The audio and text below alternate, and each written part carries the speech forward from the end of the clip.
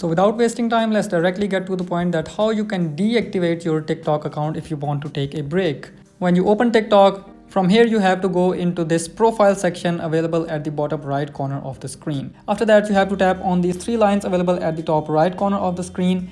Remember that this is the very first and mandatory step. If you don't do this, you will not be able to deactivate your TikTok account. After that, you have to go into this settings gear available at the top right corner of the screen. It doesn't matter whether you are on Android or iPhone, it works the same on both of the devices. And after going into this settings gear, you have to go into this account section available at the top of this list. So go into account, and here the last option in this list is deactivate or delete account. So you have to go into it. From this section, you will get both of the options. You can deactivate your TikTok account for temporary basis, or you can permanently delete your TikTok account.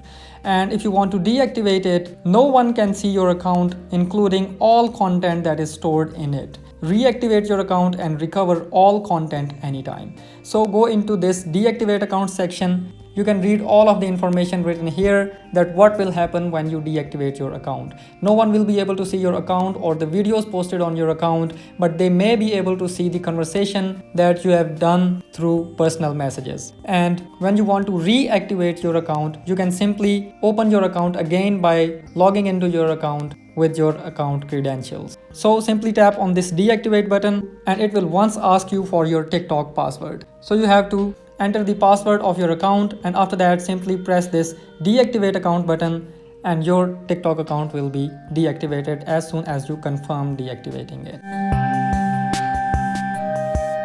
Now my account has been switched and that account has been deactivated. If I want to reactivate that account, I have to log into that account again by simply typing in the email address or username of my TikTok account and entering the password, and press this login button. And here it is asking for confirmation if I want to reactivate my account. And here you can see my TikTok account has been reactivated.